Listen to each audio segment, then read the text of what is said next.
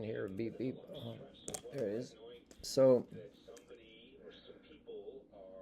so for a long time, Canada's capitalists, which are politicians in this story, or managers of things like health authorities or post-secondary institutions or employers of any kind, they buy software that they bid on, and they are more or less aware of the origins of where the data is going to be stored, and they kind of think they made a great decision by doing a little bit of research for like a 30 minutes, after they get the bids.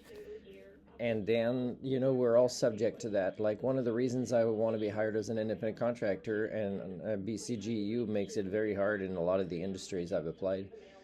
They make it impossible.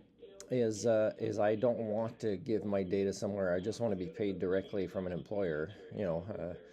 Print a check or something, or e-transfer or something. I want to get out of all of these softwares that maybe is owned by an ally at the time, but can be sold. And it gets so complex and so outside of Canada and outside of accountability that you can't even get the answers you want when there's data breach. Listening to this story, what are Canada's three main cultural patterns? Hypocrisy, laissez-faire, impunity facilitation. You can find it in most of the interactions with the guests and interviewers in this story.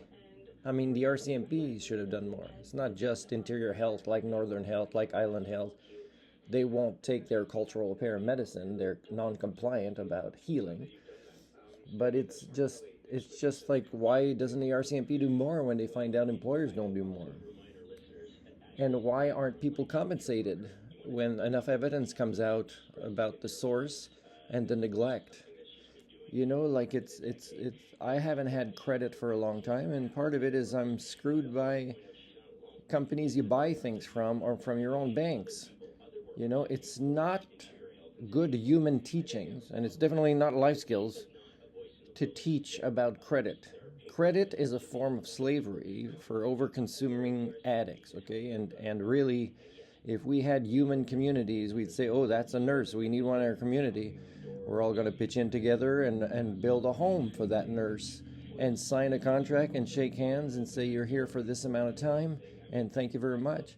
And that nurse doesn't even need to own the house. It could be that if that nurse says, oh, I'd like to get out of the contract, if it's okay, I have these good reasons. Okay, we will give you this amount of time, and then the next nurse will live in that house. Like, that's what kind of human communities would sound like a little bit more than what we have today.